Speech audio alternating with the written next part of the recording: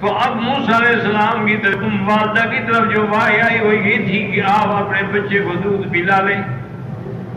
اور دودھ پلانے کے بعد جب آپ کو خطرہ ہو کہ اب اس کے لوگ آئیں گے تفتیش کے لیے، اس کو ایک صندوق میں بند کریں،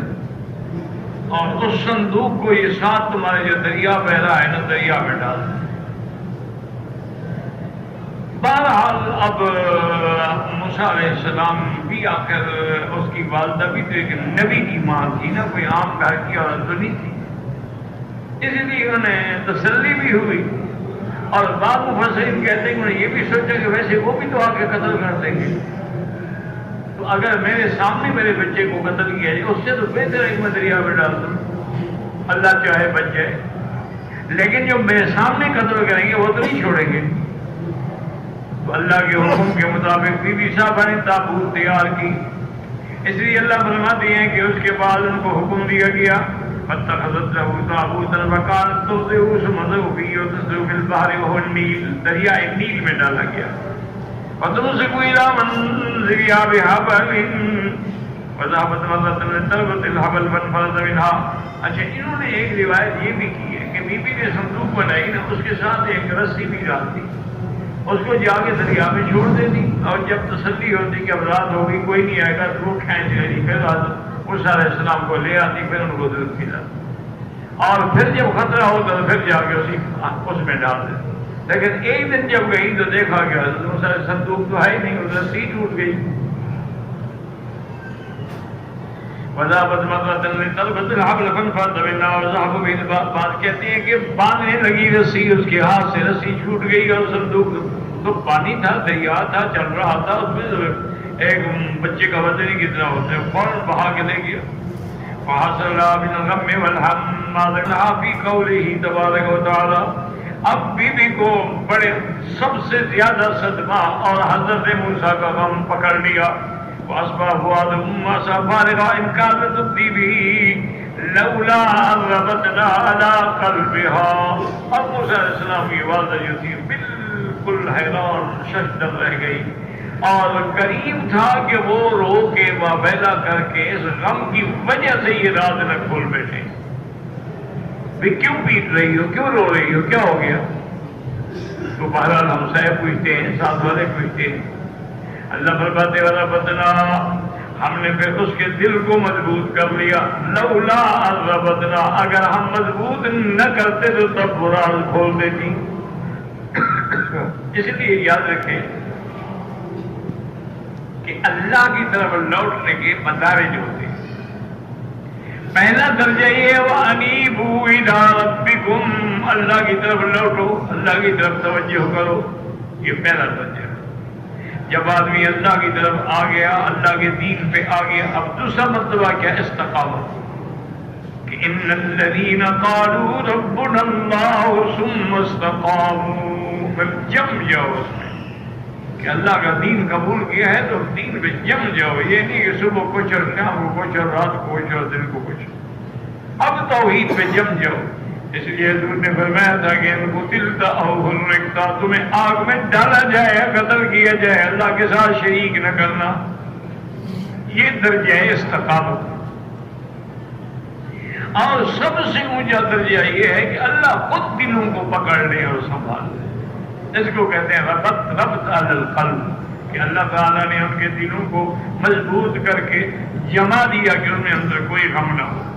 وَذَهَبَ بِهِ الْبَحْرُ إِلَىٰ دَارِ فِرْعَوْنَ، اللہ کی شان یہ ہے کہ وہ دریا جو ہے صندوق کو لے کے چل پڑا، اور چلتے چلتے آگے چونکہ انہوں نے چھوٹی چھوٹی نہریں بنائی ہوئی تھی، اور فرعون کے گھر کے لیے بھی نہریں جاتی تھیں، اور وہاں انہوں نے سوئمنگ پول وغیرہ بنائے ہوئے تھے، وہ خدا کی شان ہے کہ صندوق چلتے چلتے سیدھا فرعون کے گھر آ گیا۔ فَالْتَقَطَهُ آلُ فِرْعَوْنَ لِيَكُونَ لَهُمْ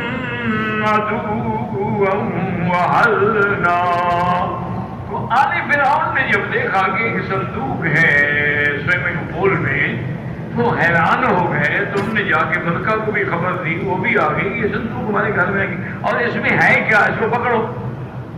صندوق کو پکڑ کے نکالا گیا، اور پھر اس کو اللہ فرماتے ہیں، اس کو کہتے ہیں لام العاقبہ، لام کا بھی علت کے لیے ہوتا ہے اور کبھی کہ انہوں نے اس کو خود پکڑا تھا کہ کل کو یہی ان کا دشمن بنے اور ان کے غم کا سبب بنے، تو عاقبت یہ ہوگی ان کے پکڑنے، ان کو پتہ نہیں تھا نا کہ ہم کس کو پکڑ رہے ہیں۔ لِيَكُونَ لَهُمْ عَدُوًّا وَحَزَنًا أَيْ قَدَرًا مَقْدُورًا مِّنَ اللَّهِ، یہ اللہ کی تقدیر کا فیصلہ ہو چکا۔ حَيْثُ كَانُوا هُمْ يَقْتُلُونَ الْغِلْمَانَ مِن بَنِي إِسْرَائِيلَ حَظًّا مِّن وُجُودِ مُوسَىٰ، وہ اسی بچے کی وجہ سے لوگوں کے بچوں کو قتل کر رہے تھے۔ فَحَذَرَ اللَّهُ، اللہ تبارک و تعالی نے، وَحَكَمَ اللَّهُ وَلَهُ السُّلْطَانَ الْعَظِيمُ وَالْقُدْرَةُ التَّامَّةُ أَلَّا يُرَبِّي إِلَّا عَلَىٰ فِرَاشِ فِرْعَوْنَ، اور اللہ نے بھی فیصلہ فرما دیا کہ یہ جن بچوں کو قتل کرنا چاہتے ہیں میں موسیٰ علیہ السلام کو فرعون کے گھر میں ہی پرورش کرواؤں گا، فرعون خود اس کی پرورش کرے گا۔ وَيُوَزِّي بِطَعَامِهِ وَشَرَابِهِ مَعَ مُحَبَّتِهِ وَزَوْجَتِهِ لَهُ، اور اب فرعون کے گھر سے کھانا پینا، اور پھر اس کی بیوی کو تو حضرت موسیٰ علیہ السلام اتنا پیار تھا کہ ہر وقت جدا ہی نہیں کرتی تھی اپنے آپ سے۔ فَلِهَٰذَا قَالَ تَعَالَىٰ يَأْخُذُهُ عَدُوٌّ لِّي وَعَدُوٌّ لَّهُ، ہم نے وہ صندوق اس لیے بھیجا اپنی تقدیر سے کہ میرا اور اس کا دشمن جو ہے خود اٹھائے صندوق کو۔ وَأَلْقَيْتُ عَلَيْكَ مُحَبَّةً اللہ نے فرمایا موسیٰ علیہ السلام میں نے تیرے چہرے پر ایسی حلاوت اور محبت ڈال دی کہ جو بھی نظر ڈالتا تھا موسیٰ علیہ السلام محبت مبتلا ہو جاتا۔ اللہ نے ایسی شان بخشی موسیٰ علیہ السلام۔ اس کے بعد فرماتے ہیں اے امدادوئے کا قال سلمة بن قہیل وَأَلْقَيْتُ عَلَيْكَ مُحَبَّةً مِّنِّي قال حَبَّبْتُكَ إِلَىٰ عِبَادِي، میں نے اپنے بندوں کے دل میں، ان کے دل میں ایک محبت ڈال دی۔ وَلِتُصْنَعَ عَلَىٰ عَيْنِي، تاکہ تم میری آنکھوں کے سامنے اس طرح زندہ رہے۔ اللہ کی آنکھیں جیسے ان کی شان کو زیبا ہے، ہمارا ایمان ہے، جیسے یہاں فرمایا ہے، اور اسی طرح حضرت نوح علیہ السلام کو بھی اللہ نے فرمایا تھا وَاصْنَعِ الْفُلْكَ بِأَعْيُنِنَا، تم بناؤ کشتی ہماری آنکھوں کے سامنے۔ تو جہاں بھی اللہ کی صفات ہے آمنا بھی، ہمارا اس میں ایمان ہے، من غیر تکییف ولا تمثیل ولا تعطیل ولا تشبیہ۔ قال ابن عبداللہ جو طلبہ بعین اللہ، اللہ کی حفاظت سے اس کی وہاں تربیت ہونے لگی۔ توزع علی عینی، اللہ تبارک و تعالیٰ کی حفاظت سے اس کو غذا مل رہی ہے۔ وَلْتُصْنَعَ عَلَىٰ عَيْنِي قَالَ مَنْ صَلَّى بِحَيْثُ أَرَىٰ، اللہ سب دیکھ رہے ہیں۔ وقال عبد الرحمن بن زید بن اسلم یعنی اجعلہ فی بیت الملک ینعم ویطرب، اللہ نے فرمایا موسیٰ میں نے تمہیں بچپن میں دودھ پیتے وقت بادشاہ کے محل میں رکھا تھا کہ تو شان سے رہے، تیری شان جو ہے تو شاہی محل کے اندر تربیت پائے۔